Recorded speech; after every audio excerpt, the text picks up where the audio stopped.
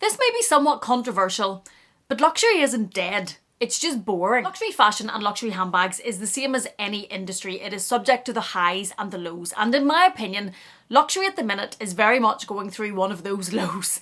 I don't think there's very much exciting about it. I don't think there's very much that is grabbing our attention and making us run to consume content, to watch the runways, to go and buy the next big thing. There seems to be a bit of a lull. And I don't say this in any way of judgment of anybody that is interested in luxury fashion, because I am a self-confessed luxury lover. I am a self-confessed handbag addict. So I don't sit here in judgment and say, oh, anybody that's interested in luxury, it's so boring. Why would you waste your time looking at that and spending your money on that? Absolutely not, because I am right in that category. I take that judgment constantly. But at the moment, I think it's kind of boring. There's not a lot about luxury fashion at the minute that is really interesting me. And if you look on social media, if you follow the articles, if you follow the news articles, if you watch YouTube, Instagram, all of that, you will see videos and discussions online about how luxury fashion is dead. Now that's not new. I have been on YouTube now for a few years, I've been watching YouTube for a few years, and throughout that time there have been videos and discussions on how luxury is dead, and luxury YouTube is dead, and luxury fashion is dead. I don't think it's dead, but like anything, it goes in cycles and it has highs and lows. I think it's certainly on one of its lower points at the minute. I don't think there's a lot about it that is groundbreaking. I don't think there's a lot about it that is grabbing excitement. There seems to be a little bit of lethargy. People are a bit bored and lethargic and a wee bit over it for a while. And if there is anything in life that you get a lot of, that you see a lot of, that is constantly producing, it is very hard for any entertainment industry, any industry at all, to continue to do that to such a level that there is not a lull in our attention spans. And there is always the next high thing that's keeping everybody intrigued. And I think that's like movies, like TV shows, like books. There will be periods of time when you're looking through your Netflix and you're thinking there's nothing to watch. All of this is rubbish. I've seen all the good stuff. Because in any industry, you get those highs when things are released, and then you get those lower periods. And I think luxury is very much in one of those lower periods at the moment. We recently had the Murakami collection. Now, I admit, I did like that. And I admit that I did absolutely get myself involved with and caught up in the hype of the Murakami collection. This is the perfume holder in the white. You can see behind me the Nano Speedy in the white and the cosmetic cases over there, which still has its tag attached. Not the best sign. But yes, that was definitely something that was attention grabbing. It was exciting. It was Louis Vuitton bringing back one of the most iconic Louis Vuitton collections of all time. Takashi Murakami had collaborated with Louis Vuitton back in the early 2000s, completed their work together, released the multicolour collection, and it flew. It was absolutely one of the highlights of the house. You can still get the vintage pieces on the resale market. There are vintage collectors of Murakami. It's something that grabbed attention. When Louis Vuitton released that they were bringing out that re-release, the 20th anniversary of Murakami, yeah, it went back up. Luxury had a moment. Luxury handbags, luxury fashion, Louis Vuitton had a moment. Everybody and their mother, well, not everybody, but a good lot of us were talking about and interested in and buying and researching multicolour Murakami. That's dying down now. That came at a time where there had been the Pharrell Louis Vuitton release at the end of last year with the new colours. They didn't really, I don't think, controversial maybe, but grab the same attention and cause as big of a stir as when the P9 Speedy was first released. And that makes sense. Whenever the P9 Speedy, let me grab that. This is from the first collection with Pharrell and the P9 Speedy. It's the leather Speedy, and the first collection were the primary colours. When this was first released, oh, they did a job on the marketing. It was everywhere. There was Rihanna in it. There was a lot of hype about this collection. That hype came from it being a very soft leather Speedy in these very bright colours, and also from the price. The price of these are crazy. The first collection, which is this one, this is the 25 size, the smallest, was 6,850, I think. They have since went up. Getting them, difficult. It was very hard to get these. You had to pre-order, put 100% deposit down. I love how they call that a deposit, but 100% of your money. You weren't guaranteed it. It was only open to certain people. The price itself garnered attention. And there is a discussion in the business community that if you are creating pieces of work that you are then either teaching or selling or packaging together as a course, for example, in the business world, there is a thought that you should price that high, that you should value your time and your work, that you should price it so as it grabs attention. Because if it's released at a lower price point, let's not worry about how much it actually costs to put this together, how much this beautifully soft buttery leather costs. No, it doesn't cost £6,850, let's be real. Let's not think about those actual costs.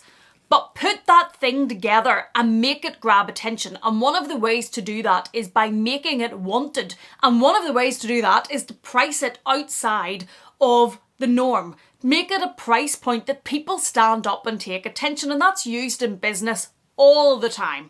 If you want the best of the best, if you want advice at a certain level, even if that advice, I'm going to caveat this, but even if that advice is the same as you would get from somebody down the road that's charging a lot less, this one looks like it's more attractive. This one looks like it's the one they aspire to have. It looks like it's the higher quality because the price point demands your attention. Now, there are some people that is justified for. There are certain persons in every industry who are the top of the top and they can charge whatever they want because you're getting the very best advice. That is not true for everyone that puts a high price point on what they're giving, what they're selling. I'm not saying these aren't fabulous, they are. I love this.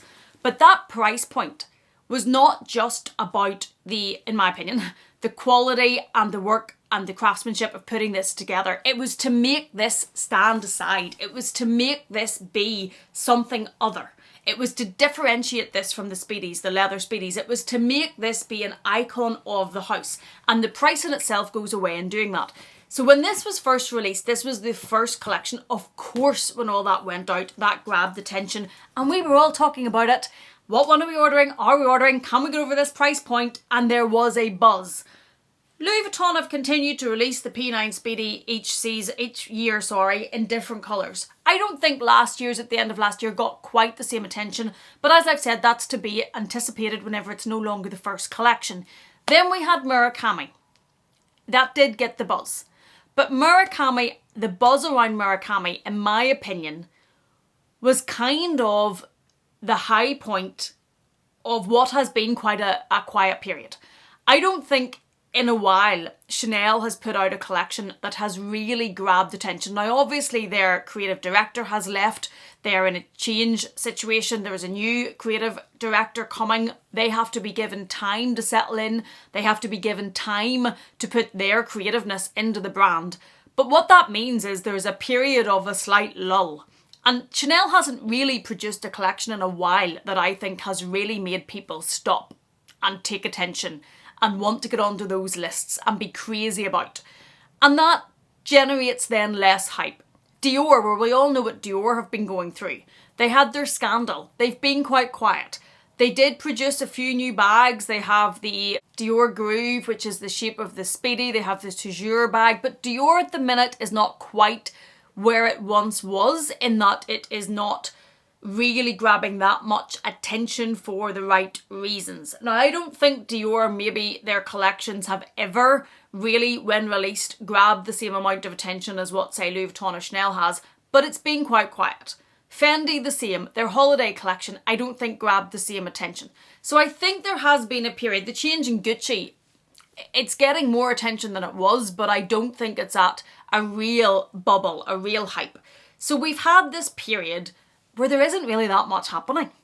And there isn't that much that is really making us, me anyway, be really interested in luxury. Now, I, for one, at the moment, am quite glad of this because it is a cycle and things will cycle.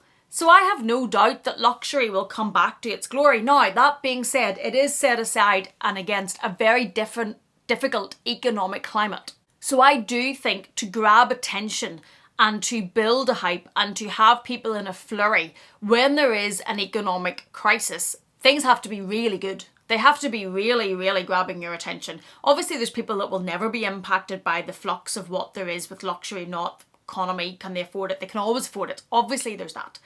But I think for the vast majority of people at the moment, if you're going to get something that stops us in our tracks, when people are conscious of what's happening in the world economy, are conscious of what's happening to prices, inflation, interest rates, there is war still going on. There's potentially further unrest coming.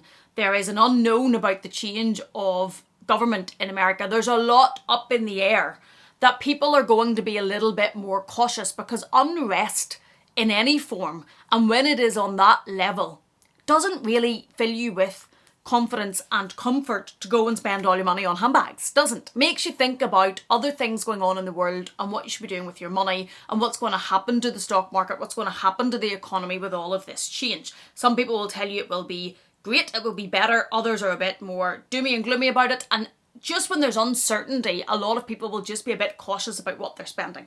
If you're on Bond Street in London, they will tell you sales are down. Sales are down because of Brexit. Doesn't help. Obviously, sales are down in luxury in a lot of the houses, but you no longer have the VAT refund if you're shopping in London, whereas you can jump on the Eurostar to Paris and get the VAT refund if you're from shopping internationally. And all of that is tying into luxury sales. The economy and how brands perform on an economic level is never one-dimensional. There are always different things tying into it and coming up with the end result as to how things are actually performing. But doesn't help that it's a bit boring at the minute. And when you want people, against that backdrop of what's going on in the world, to spend their money, and they're not billionaires like myself who can't just spend money willy-nilly and not think about it, it has to be really fabulous to really grab your attention. As I said, for me at the moment, I'm kind of glad that luxury is having a little bit of a lull in my mind, because I spent a lot of money at the end of last year, and I am quite glad to be taking a pause. In fact, I'm waiting for my medal to arrive through the post, because I don't want to be spending the same amount of money at the moment. I want to refill my savings monies, my spending monies, because I did spend a lot. So it suits me at the moment that there is not anything coming out that's really grabbing my attention. At the end of last year, if we take from, say, August, I was in New York with the Handbag Tribe in summer, and I spent a fortune there because they have Fashion File. If I was to go to Fashion File now, I would still spend a fortune, and it's because they have such a good inventory and stock of past collections and things that you just can't get. So that's always going to be a downfall for me, and I'm always going to spend a lot of money if I go to that store, but luckily I'm not on that continent right now. I would love to be back in New York actually, but my bank balance says no. So that spent an awful lot of money. Then when we come back, there were a few bags that came about and became available. There was this Fendi First I'd been after for quite a while. The Mini Kelly then became, I never thought that was going to happen. So the whole back end of 2024, I had a hype about luxury.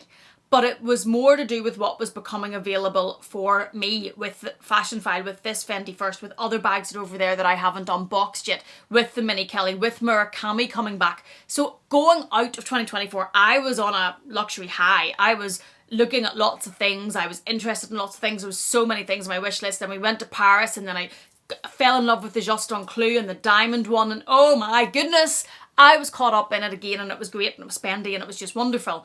That has to come down. So as well as there being this general lull, I think, and general settling down of luxury fashion, my own finances need to do that, because I did go out of 2024 on a real high. I bought a lot. I'm looking over there and what I haven't showed you yet.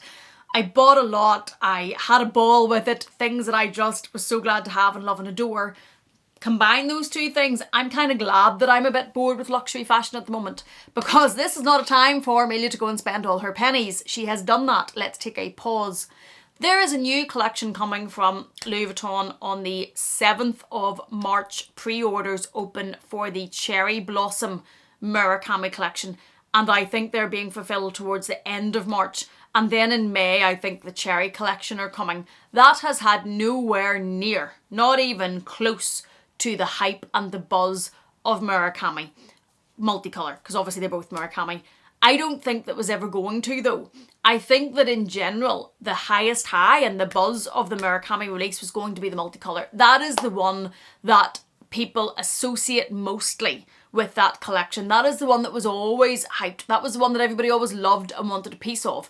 The cherry blossom and the cherries were almost like an addendum to that and weren't ever really as high and as sought after.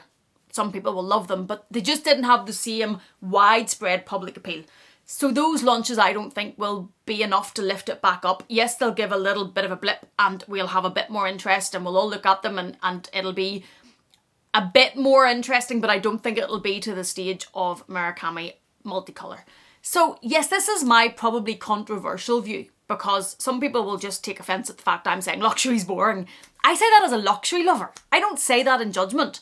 I say that just from looking at the collections, the runways, the releases, what's going on at the minute, and it just kind of to me feels a bit boring.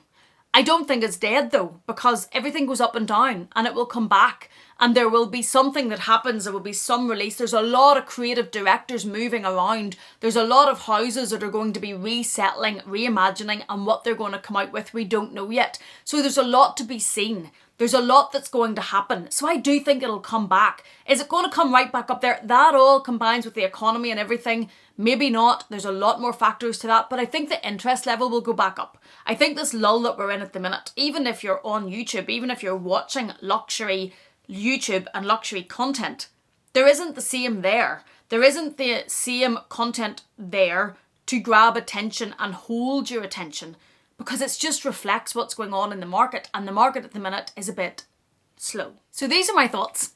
That luxury isn't dead, but it's boring for now. I do think it will come back when we get some new releases. What do you think? Are you bored of it? Have you had enough? Are you fed up with these videos? Do you think we should all just put our handbags back in the boxes and go back to the day job? I still have my day job, by the way, so I say that in jest.